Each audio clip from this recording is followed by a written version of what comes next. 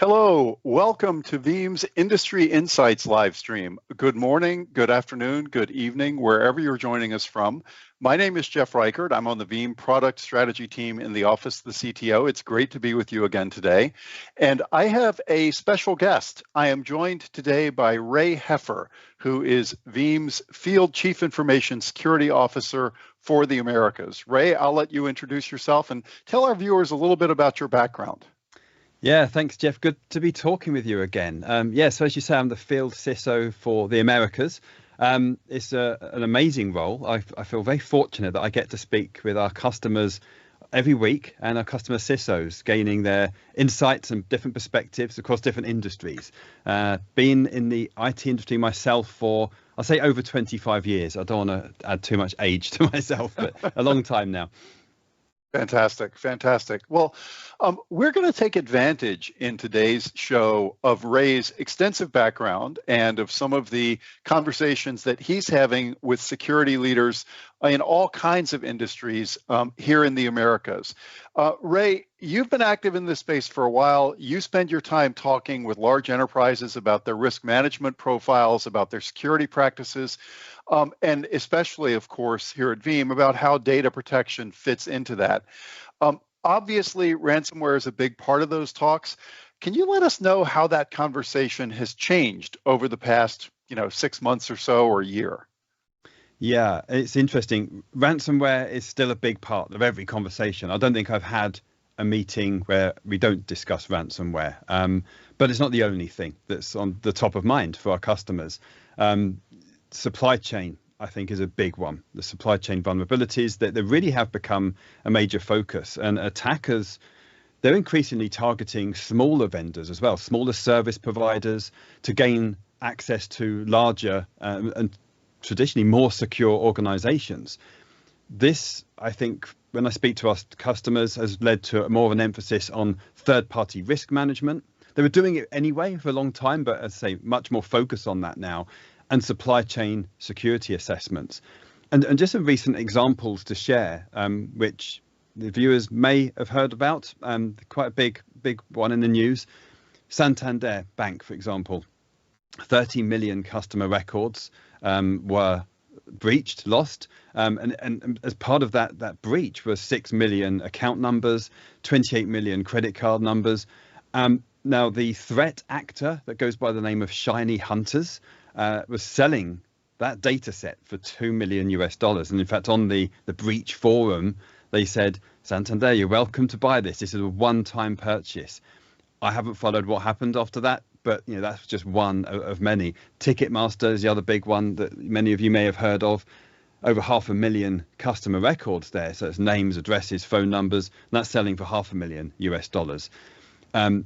We also, in the security industry, talk about zero trust and how important things like multi-factor authentication is, which it is, but that's also a vulnerability. And in fact, Twilio Authy, which is a multi-factor authentication platform, there was an API, I'd say breach, but more of an abuse, where 33 million phone numbers were identified as Authy accounts. Now, I don't see any attacks coming from that, but the Santander, the Ticketmaster example, that's because of this target with Snowflake. Now, Snowflake itself wasn't compromised, but Snowflake is that third party where they have, and in the industry, in fact, we have many contractors, developers working from home.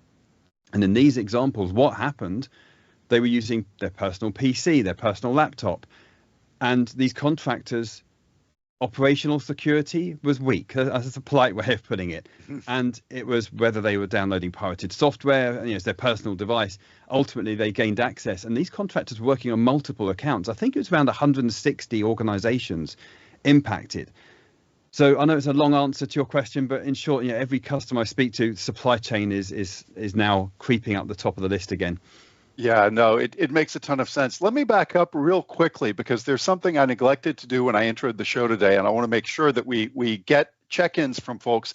whichever platform you're watching today's live stream on, if you could go ahead and put in the comments or in the chat for that platform any questions that you have.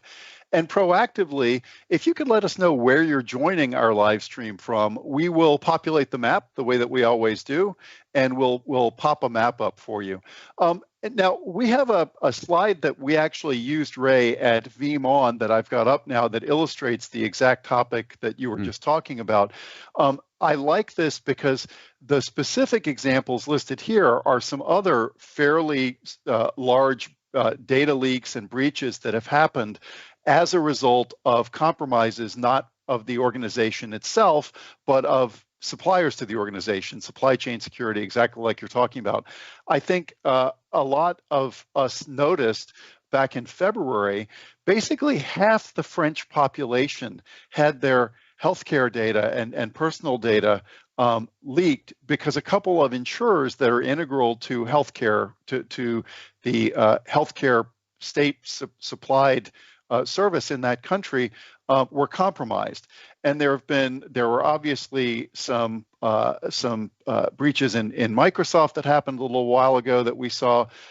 What's interesting is that it has targeted not just private industries like you're talking about for profit, but this has also definitely crossed over into nation state actors, doing bad things or to nation states being targeted as well. And we certainly hear at Veeam a lot about that when we're talking with organizations. So if we continue along talking about this, the focus on supply chain security has changed a lot when you've been having conversations with folks. Are there other areas where you're having conversations with security professionals where the conversation has changed lately around their practices in general and around how data protection fits into those? Any examples you can think of or point out around that? Yeah, I think the conversation around regulation is ramping up considerably. In Europe there's DORA and NIS2. In the US, we've had the SEC, and I think we'll touch on this in a moment. But there's also frameworks. Zero trust I'm a big fan of zero trust. I think I'd love to see this become the norm and have more of a focus on that, because it's not just focused on one area. Or a lot of folks will say, "Oh, we've done this for centuries." Not really, but a long time. But I love the way, like CISO, for example, the way they lay that out into 5 pillars. We have the user, the device, the application, the network, and then the data pillar. And each of those pillars has a set of guidelines and organizations can follow. So that, for me at least as well, when I'm meeting with customers, it helps me navigate the conversation with them, but help them understand where they are today and where they need to go. Absolutely. And that's especially relevant around, as you just pointed out, some of the regulatory changes we've seen from SEC. You're talking with organizations, and I know your colleague, Andre, who is the field CISO here at Veeam for EMEA, is having conversations around NIS2 and DORA.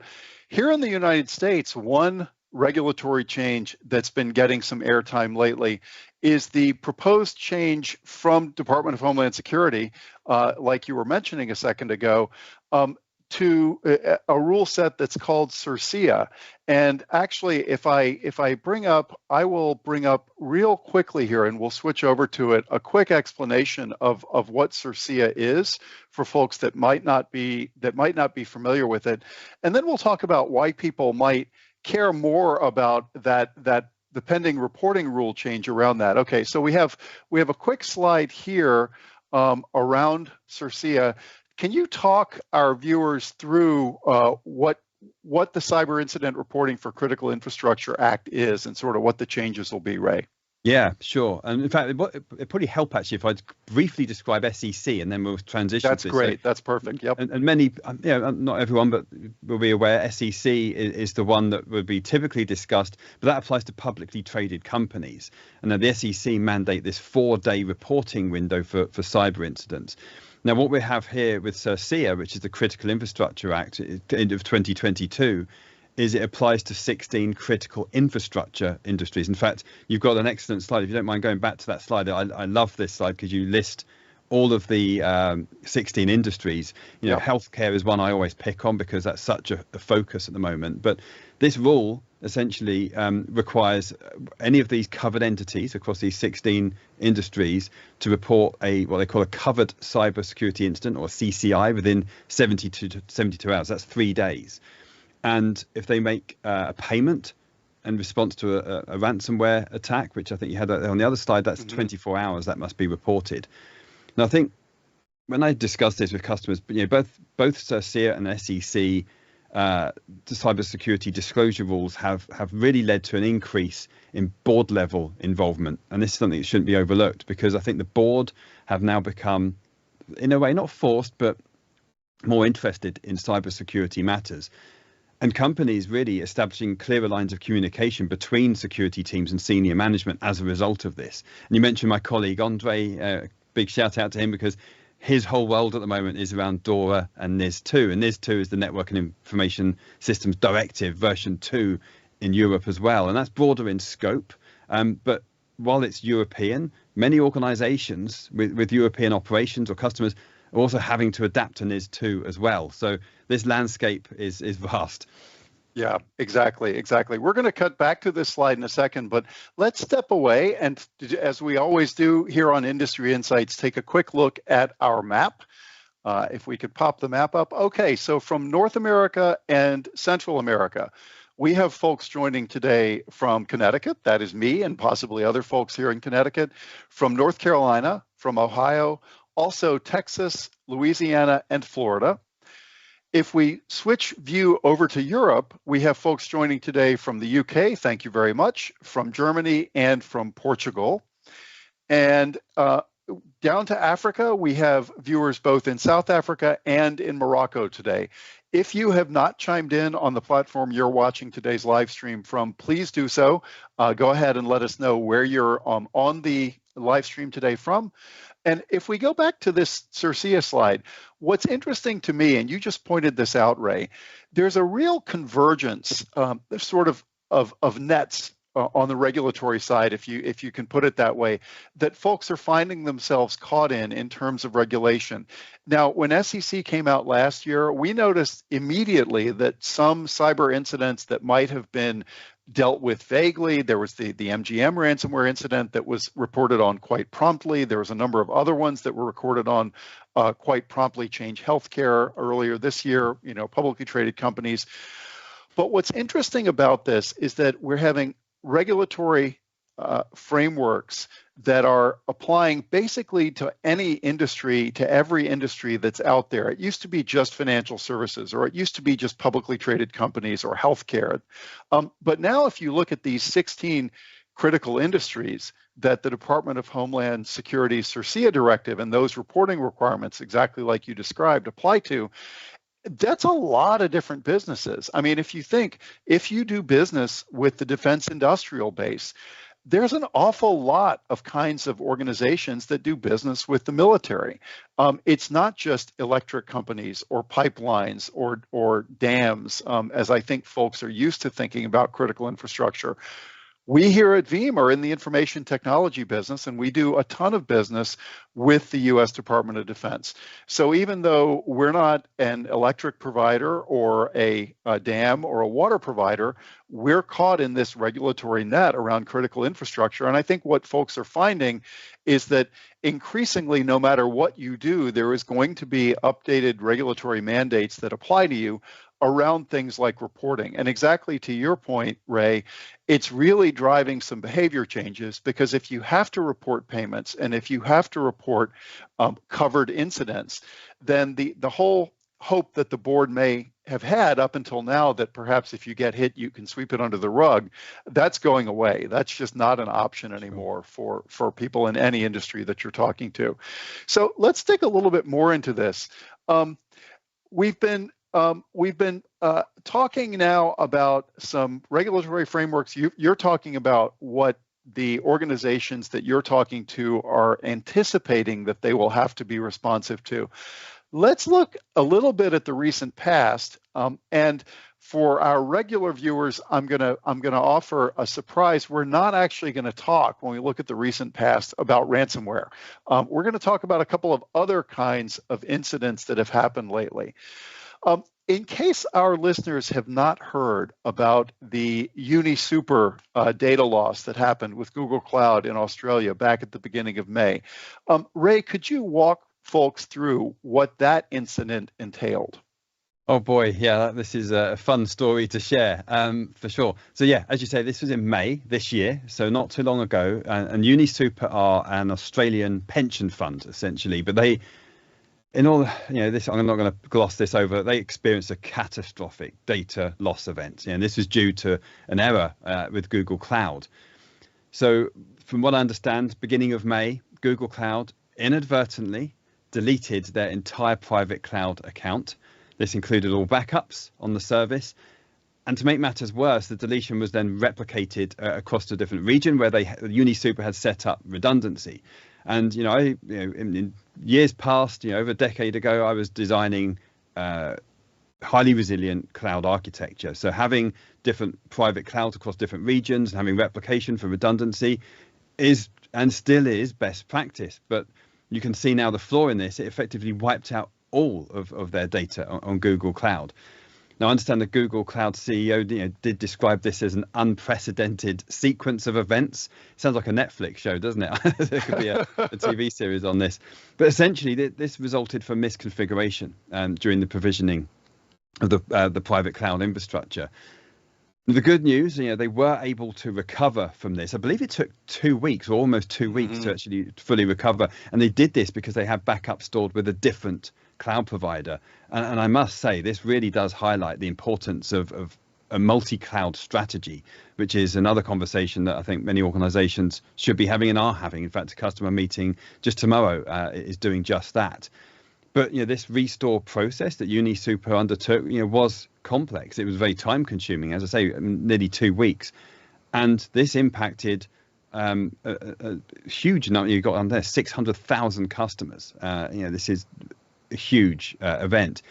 I think for me, the lessons learned from this is number one, as I mentioned, the importance of multi-cloud as a strategy for data redundancy, but also the need for robust cross provider backup solutions. Not having to rely on and being locked in with one cloud service offering. Make sure you have something that can span across on premises, different cloud providers, for example. But also, this just highlights the risks of relying just too heavily on that single provider, especially for backups. And remember, the complexity of restoring such a service. This is a financial services institution, involved not just the data recovery, but also processing all these accumulated transactions as well. So I'm glad I wasn't in their shoes. I feel for them. I feel their pain. It would have been a pretty miserable couple of weeks. I wouldn't have wanted to be the CEO of UniSuper and the CEO of Google Cloud issuing that statement. And I love what you said about, yes, an unprecedented series of events. Well, everything is one of a kind and unprecedented until it's not, right?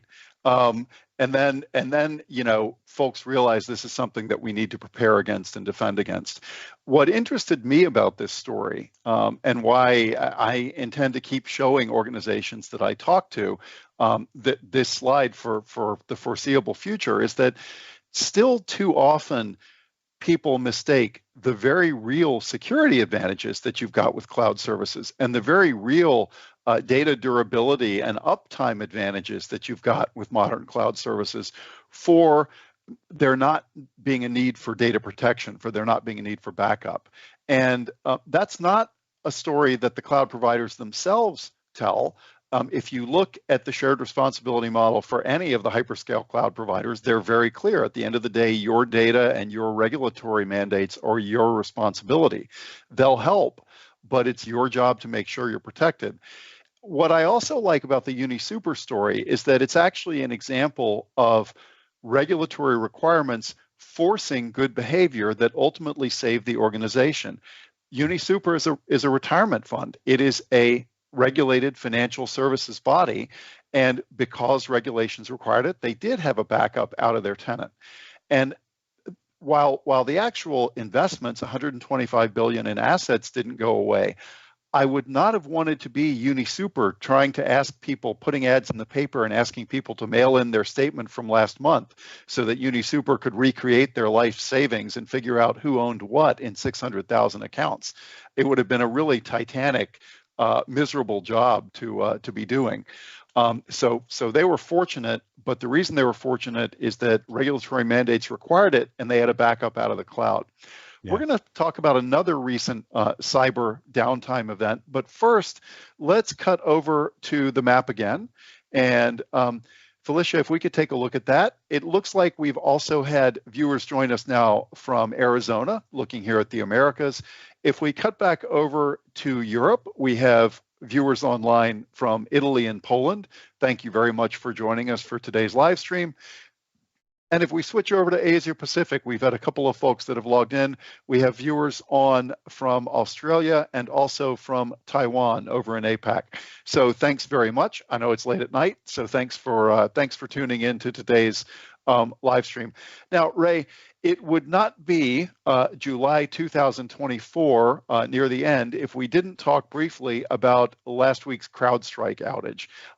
Can you walk us through what happened with CrowdStrike and sort of what sort of implications our listeners ought to be drawing from that downtime? Yeah, well, this was certainly a global event, wasn't it? And maybe this is the year of IT outages now, not ransomware. But let me just preface this with my view on CrowdStrike. First off, George Kurtz, the CEO, went immediately on news and media and issued an apology, owned up. And I think the way they handled this is a testament, and it should be how all technology vendors need to look at this. Because at the end of the day, mistakes do happen. I'm actually surprised this didn't happen sooner. And the reason I say that is a very long time ago, back in the late 90s, we still had a similar process for antivirus software. There was an agent deployed on machines. And for those older folks like myself, you'll remember this. I used to manage ePolicy Orchestrator with McAfee Antivirus. And every week there was a antivirus definition update or a DAT file update containing signatures for the latest threats and so on. And as this evolved, we now have endpoint detection and response, and CrowdStrike are certainly the leading player in this industry. So it's why it had such an impact globally. But essentially, this is the Falcon sensor. It's an agent deployed, and this impacted Windows computers, by the way, not Linux. It was just Windows machines, but that's a lot of machines around the world. And from what I understand, it wasn't a bug in the code, but it was a logic error. And whether that's to do with signatures, I don't think that's become clear yet. This is still fairly recent. But the key point to make, as this antivirus has evolved and now we have EDR solutions such as CrowdStrike, the level of integration they need with the operating system is highly privileged. So they have kernel level integration. And it has to, because if you look at, we didn't want to talk about ransomware, but I'm going to for a minute. Ransomware, information stealers, all this stuff, and even talk about that Snowflake issue where the contractor's personal machine was compromised. This malware, or whatever what you want to call it, malware, ransomware, these stealers, even video game cheats have these deep integrations into the OS kernel. So to combat that, you need to do the same. It's this, it's a constant arms race. And the reason I say I'm surprised this didn't happen sooner is, a bug, a misconfiguration can blue screen the machine. And this is what happened. So it impacted airports, organizations all over the globe. As I said, though, at the beginning, I think it demonstrates why CrowdStrike are a leader in this space. I think I have a lot of respect for them. The fact that they just owned up immediately, they were very transparent. And hopefully that's a shining light for other organizations to follow suit.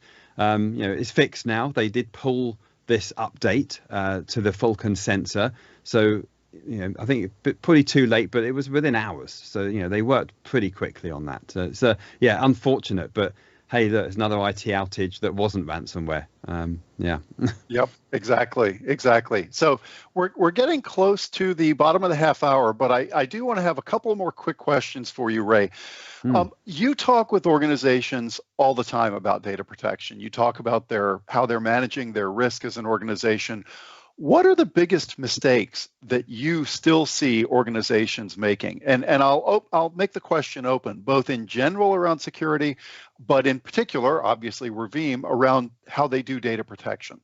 Yeah, no, actually glad you asked that. So I'm actually going to use a discussion I was having just 2 weeks ago with a customer. There's an example. In fact, let me ask you this. Imagine, if an organization lost over $500,000 due to an incident and resulting in the loss of 180 virtual machines. Would you consider that a critical data protection issue?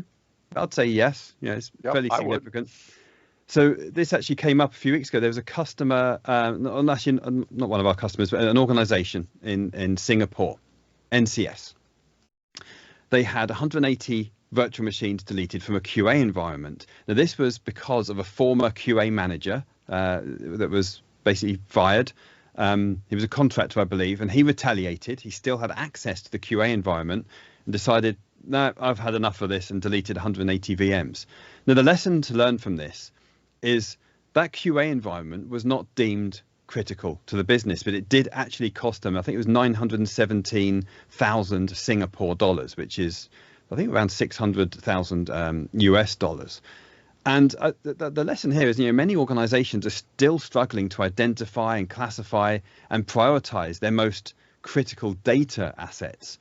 And I think this lack of understanding really leads to sort of inadequate protection for critical information, and also perhaps the overprotection of less important data, resulting in inefficient resource allocation and capacity planning. Who would have thought in that example that the QA environment was that critical? But it did have a huge impact to the business, and obviously hit the news as well. And just one more point on that, I think with the proliferation of cloud services, things like shadow IT, remote working, as I mentioned in the Snowflake incident, organizations can very easily lose track of where their data is stored and who has access to it. I think every example we've discussed throughout this live stream today has touched on that, and this can lead to data sprawl, really making it difficult to maintain any consistent security controls, and also comply with the data regulations that we discussed today. Yep. Makes a ton of sense. All right, we're near the bottom, so I'm going to ask the question that I love to ask. It's not the end of calendar year 2024. We're basically right in the middle. But Ray, if you look in your crystal ball based on what you read about in the industry and the conversations you're having with organizations, what are your 3 top predictions for cybersecurity for the year ahead? Yeah, I love this question. Actually, ask me this again at the end of the year, and it'd be good to compare my answer. I'm going to have to, we haven't talked about it yet, but number 1 for me is AI security. I think AI-driven attacks are going to become more prevalent. I think we're going to have this new arms race between AI-powered defenses and AI-enabled threats. And in fact, I'm a huge fan of trends reports, including our own. Red Canary is another one. They have their 2024 threat detection report, and they actually highlight AI themselves. And the light at the end of the tunnel, the optimistic side, is they do call out that they think AI for defense is going to win over AI threats, and hopefully that trend continues. So that's number 1. AI security, I think, is going to become much more prevalent. Secondly, we've talked about it, it's the regulatory landscape. I think this has to and will continue to evolve. I would like to see, and my prediction, I hope, is a push towards this more of a global harmonization of cybersecurity standards. When I speak with customers, I'm talking about NIST and DORA, and then obviously we have the SEC and then CISO, we discussed today, and then there's all these frameworks around it, and it's vast. So I think a harmonization of that globally would be number 2. And then I think number 3, I'm a huge fan of it. I've said this already, is zero trust. I really want this to become the norm rather than the exception. I know it's just a set of best practices, but CISO, who also co-developed CISO, by the way, also developed the zero trust maturity model, and I'm a huge fan of that. So they're my top 3. I could actually list 10, but I'm going to stick with that. That's perfect. Thank you so much. And that actually brings us almost to the end of our show today. Thank you again to everybody who joined us. Ray, thank you. Really enjoyed listening to your insights today. Thank you, Jeff. For those of you who are regular viewers, please tune back in for Tech Bites this coming Thursday. We will hear from Kirsten Stoner and Julia First-Morgado on the Veeam product strategy team about effective approaches to cloud backups and what's new from Veeam in that area. If you come back to Industry Insights next Tuesday, July 30th, you will see me again, and I will be joined by our field CTO for Asia Pacific. That is Anthony Spiteri from Perth, Australia. He'll be dialing in late at night, and he's going to be talking also about AI, just like Ray mentioned, but specifically about how AI is changing the backup environment, with some teasers for things that Veeam's done lately and that you can probably expect to see from us in the near future. So we expect a great show for you next Tuesday as well. Thank you again for joining us. I hope that you enjoyed Ray's insights in today's Industry Insights.